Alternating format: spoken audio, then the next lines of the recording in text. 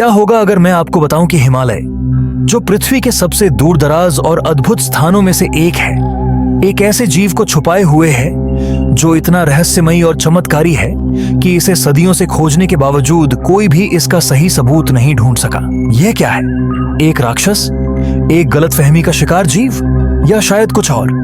सोचिए, आप बर्फ से ढकी पहाड़ियों में कदम रख रहे हैं और अचानक आपको ऐसा महसूस होता है कि कोई यानी कुछ अंधेरे से आपको देख रहा है। ये ठंडा है, अजीब है और आप अकेले नहीं हैं। लेकिन यति क्या है असल में? इस वीडियो के अंत तक आप शायद इस प्राचीन रहस्य के बारे में अपने विचारों को पूरी तरह से बदल देंगे।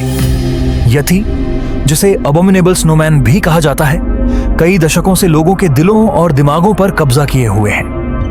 पहले यह नेपाल और तिब्बत के स्थानीय शेरपा लोगों द्वारा बताया गया था, जहां इसे एक विशाल अपलाइक आकृति के रूप में वर्णित किया गया था, जिसके पैरों का आकार असामान्य था।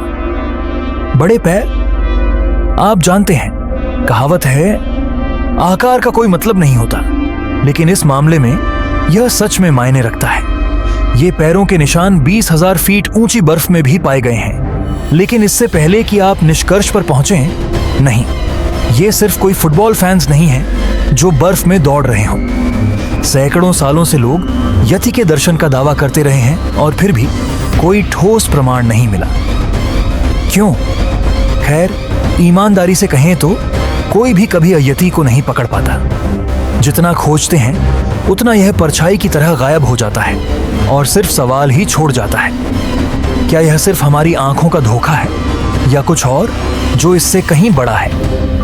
कुछ लोग मानते हैं कि यति शायद एक प्रागैतिहासिक काल से जीवित कोई जीव हो सकता है। क्या यह जीव पृथ्वी के अतीत का एक अवशेष है जो आधुनिक दुनिया से दूर रहकर खुद को छिपाए हुए है? लेकिन कहानी यही नहीं रुकती, यह और भी अजीब होने वाला है। अब बात करते हैं सबूत की। असल में सबूत की। पैरों के निशान, बर्फ में मिले अजीब बाल और यहाँ तक कि कुछ असामान्य हड्डियां भी पाई गईं। सालों तक वैज्ञानिक यह बहस करते रहे कि क्या ये किसी अज्ञात प्रजाति से संबंधित हो सकते हैं। आपने शायद यति की खोपड़ी के बारे में सुना होगा, जिसे 1950 के दशक में एक समूह के भिक्षुओं ने सबूत के रूप में पेश किया था। यह इतनी विश्वसनीय लग रही थी कि इसे एक विशेषज्ञ ने कुछ समय तक सही माना, लेकिन जब इसे और ध्यान से जांचा गया तो यह एक बकरा का खोपड़ी निकली। अब आप सोच रहे होंगे, क्या यही वह जगह है जहां यति का मिथक टूटता है? लेकिन नहीं, रुकिए, यति की कहानी इतनी आसान नहीं है। क्यों पूछ रहे हैं? क्योंकि इसके बारे में जो रोचक गवाही दी गई है वह चौंकाने वाली है। उन शेरपा समुदायों से जो जीवन भर पहाड़ियों में रहते आए हैं, कुछ लोग दावा करते हैं कि उन्होंने यति को देखा है और कुछ का कहना है कि यह जीव हमला नहीं करता बल्कि सिर्फ देखता है, जैसे वह पहाड़ियों के प्राचीन रक्षक हों। क्या यति केवल एक जानवर है या यह कुछ और है? एक चेतावनी, एक संरक्षक? हम बात कर रहे हैं कोई साधारण भालू या बंदर नहीं। कुछ लोग मानते हैं कि यति एक ऐसा जीव हो सकता है जो प्राचीन समय का जीव है और जिसे हम सिर्फ एक आध्यात्मिक रूप में देख पा रहे हैं। क्या यति हमारी दुनिया से जुड़ा हुआ है या फिर यह सिर्फ एक कल्पना का हिस्सा है? अजीब आवाजें, अस्पष्टीकृत रोशनियां और रात के अंधेरे में गूंजने वाली डरावनी आवाजें। जो लोग यति के क्षेत्र में गहरे तक गए हैं, वे बताते हैं कि वहां ऐसी आवाजें सुनाई देती हैं जो कोई भी पहचानी हुई आवाज नहीं होती।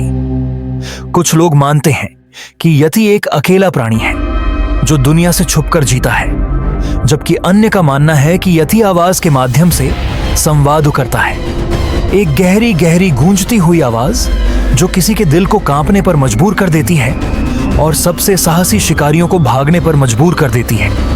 लेकिन सबसे डरावनी बात क्या हो सकती है अगर यति सिर्फ एक जीव नहीं बल्कि कुछ और हो? क्या यह एक अन्य दुनिया से जुड़ा हुआ कोई अदृश्य प्राणी हो सकता है जो शेरपा और अन्य हिमालयी जनजातियों की प्राचीन मान्यताओं से गहरे रूप से जुड़ा हो? किंवदंतियां कहती हैं कि यति पवित्र भूमि के रक्षक होते हैं जो मानवता और प्रकृति के बीच संतुलन बनाए रखते हैं। क्या इसका मतलब यह है कि यति हमें हमारे अस्तित्व का एक गहरा संदेश देना चाहता है, या फिर यह एक छाया है जो हमेशा वास्तविकता के किनारे पर रहती है? शायद हमें इसका जवाब कभी नहीं मिलेगा, लेकिन एक बात तो साफ है, यति सिर्फ एक मिथक नहीं है, यह एक रहस्य है।